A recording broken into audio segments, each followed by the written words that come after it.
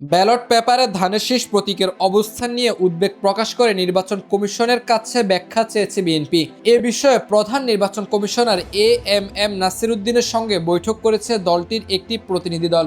বৃহস্পতিবার দুপুর ১:৩০টার দিকে রাজধানীর আগারগাঁওয়ে নির্বাচন ভবনে এই বৈঠক অনুষ্ঠিত হয়। বিএনপির স্থায়ী কমিটির সদস্য সালাউদ্দিন আহমেদের নেতৃত্বে বৈঠকে অংশ নেন দলের নির্বাচন পরিচালনা কমিটির সদস্য ও চেয়ারম্যানের উপদেষ্টা কাউন্সিলের সদস্য ইসমাইল জবিউল্লাহ। বৈঠক শেষে সালাউদ্দিন আহমদ সাংবাদিকদের জানান, নির্বাচনী আচরণবিধি ও কয়েকটি আইনি বিষয় নিয়ে নির্বাচন কমিশনের সঙ্গে আলোচনা হয়েছে। তিনি বলেন, ব্যালট পেপারে ধানের শীষ প্রতীকের বর্তমান অবস্থান ভোটারদের জন্য বিভ্রান্তি সৃষ্টি করতে পারে। নির্বাচন প্রক্রিয়া যেন ভোটারদের কাছে সহজ ও স্পষ্ট হয়, সে বিষয়ে নির্বাচন কমিশনের আরো সতর্ক হওয়ার প্রয়োজন বলে মন্তব্য করেন তিনি। একটা বিষয়ে আমরা উদ্বেগ প্রকাশ করেছি, এগুলো তাদের সাথে আলোচনা হয়েছে।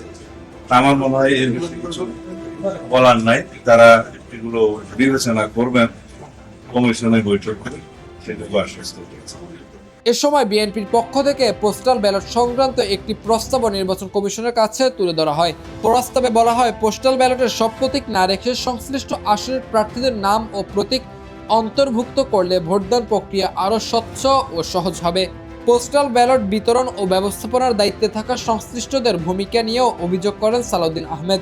তার দাবি, এক্ষেত্রে অনিয়মের পাশাপাশি একটি নির্দিষ্ট রাজনৈতিক দলের পক্ষে পক্ষপাতমূলক আচরণের লক্ষণ দেখা যাচ্ছে।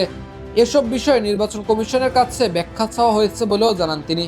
এইভাবে অনেক কিছু নিয়ম হয়েছে, যেহেতু বাংলাদেশে প্রবাসীদের ভোটদানের এই নিয়মটাই প্রথম এক্সারসাইজ হচ্ছে, এখানে কিছু ভুলভ্রান্তি থাকতে পারত, তবে যে ভুলভ্রান্তিটা হচ্ছে এখানে আমরা ভিক্টিমাইজ, আমরা ক্ষতিগ্রস্ত হচ্ছি। এর আগে দুপুর ১:১টার দিকে বিএনপির প্রতিনিধি দল নির্বাচন কমিশনের কাছে পৌঁছায়। সে সময় সিইসির সভাপতিত্বে মনোনয়নপত্র বাছাই রিটার্নিং কর্মকর্তার সিদ্ধান্তের বিরুদ্ধে ৬ষ্ঠ দিনের আপিল শুনানি চলছিল। এই শুনানির বিরতির মধ্যেই বিএনপির প্রতিনিধি দলের সঙ্গে সিইসির বৈঠক অনুষ্ঠিত হয়। এর আগেও ব্যালট পেপারে ধানের শীষ প্রতীকের অবস্থান নিয়ে অসন্তোষ প্রকাশ করেছে বিএনপি। বুধবার দলের স্থায়ী কমিটির সদস্য নজরুল ইসলাম খান অভিযোগ করেন, উদ্দেশ্যমূলকভাবে প্রতীকটি ব্যালট পেপারের মাঝামাঝি স্থানে রাখা হয়েছে, ফলে ভাঁজ করা অবস্থায় তা সহজে দৃশ্যমান হয় না। এ কারণে এখনো বিতরণ না হওয়া ব্যালট পেপার সংশোধনের দাবি জানায় দলটি।